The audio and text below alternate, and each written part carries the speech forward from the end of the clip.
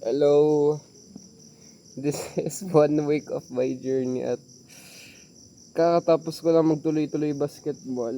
Parang mga 6:30 yata kami nakauwi, tas pagka-uwi naglaro agad ako. Tapos ngayon ay mga 7:30. Tuloy-tuloy laro ko, walang pahinga kaya pawis na pawis ako. Wala naman din nangyaring importante ngayon, sa tunay lang. Parang naging mas determinado ako na magpalaki ng katawan, maggitara, yun lang.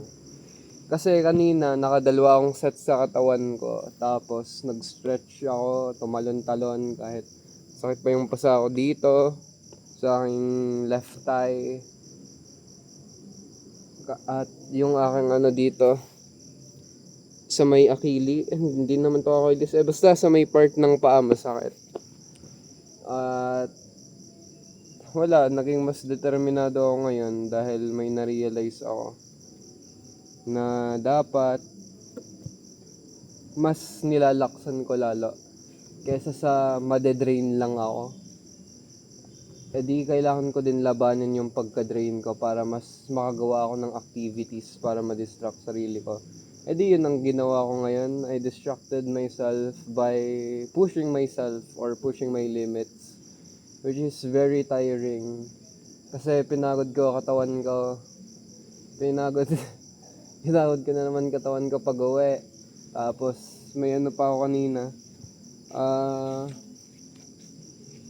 Ngunit yun, yung sa, yan, driving lesson, nilalabanan ko pa antok ko kanina. Kasi ang tulog ko ay, 4 na oras lang, o 5. Tapos, nung hapon, wala, patay na sadya ako. Patay ako sa antok. Ay, nag-basketball na lang ako nung namamatay na ako sa sasakyan namin. Kailangan lang talaga magpursige para makalaban. Dahil nga malapit na din ako mag-college at inaasahan ko naman na makakasama siya. Baka tuloy ako mas ma-bad trip sa college. Kasi sisihin ko na naman sarili ko. Tapos malapit pa birthday ko. Mas mababad trip pa ako lalo. Grabe. Malapit na birthday ko. Wala pa akong regalo sa sarili ko kasi depende nga yun. Ay, nako. Kakatawa ang buhay. It gives you challenges that is so hard, but you still have to fight it. Kasi kapag hindi ka lalaban, babagsak at babagsak ka. Yun yung na-realize ko nung lagi akong nadidrain sa gawain ko. But now, I keep pursuing, I keep pushing my limits so that I can reach my goal. At sana man lang talaga manuwish ko. Ako kasi nagdadalawang isip kung ako yung nag-seen sa sa Instagram message o siya. Itong lito tuloy ako. Sa tunay lang. Yun ay lagi kong ino-overthink. Tapos natatawa na lang ako kapag hindi ko masagot. Yun kasi nung nung ako'y nasa mga tito ko, bigla na lang nag-seen sa message ko, di paggising ko, gising agad ako, tapos tuwang-tuwa pa. Tapos hindi ko dahil tuloy alam kung pinindot ko yun, kung napindot ko o siya talaga. Nakakalito kasi. Tapos nung this time sa SM naman, talon naman ako sa tuwa nung may nag-login sa account ko. Palagi na lang. Ko, lagi na lang ako tuwang-tuwa. Kapag talaga may naglalagin sa account ko, tuwang-tuwa ako. Tapos marirealize ko lang na ako lang pala yun. Pero sige, titingnan na lang natin sa August 3.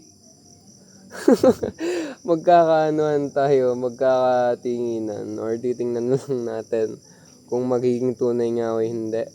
Ngayon kasi, wala akong naramdaman, hindi saya, ngunit numb. Pero nakakatuwa pa din dahil nababalikan ko yung memories. slightly disappointed dahil nga natatandaan ko pa din yung guilt ko, which ruins me as a whole, but I still kept fighting it because that's the only thing that I can do. Wala na akong ibang gagawin kundi yun. Kaya nandito ako ngayon, nakahubad, nakaupo. Kinakausap ang sarili habang may kapitbahay dito. Pero dapat hindi ako mahiya, dapat maging walang hiya. Ito ay confidence na din kasi walang hiya sa sarili. Hindi ko din alam kung ayos yung ginagawa ko yung pag-uupo sa elevator. Kasi tinatamad ako bumaba or maglakad pababa or nakatayo. Kaya naupo na lang ako sa elevator. Ay hindi, escalator pala, escalator. Sa escalator ako naupo para maangas. Tsaka ako'y tinatamad din. Kung pinanood mo na naman to, hindi ko na alam kung ano ginagawa mo sa buhay mo, kung bakit palagi mo ako pinapanood. But that's good. At least, you have something to learn kung may matututunan ka man. Sana lang din matulungan kita sa experiences ko. Di ko alam kung sino, bahala na lang. Basta sana na lang. Sana matupad yung hinihiling ko. Kasi sa tunay lang iniiyakan ko yun palagi, kada gabi. Palagi. Promise, cross my heart. Lagi ko yun iniiyakan kada gabi. Parang 30 minutes ang iyak, tas kalma, or halos 40 minutes yata, or 20 or 15, hindi ko na alam. Hindi ko na namamalayan. Yun lang naman. Ano na ngayon? 1 week of my journey. Yun lang. Bye-bye. Bukas ulit.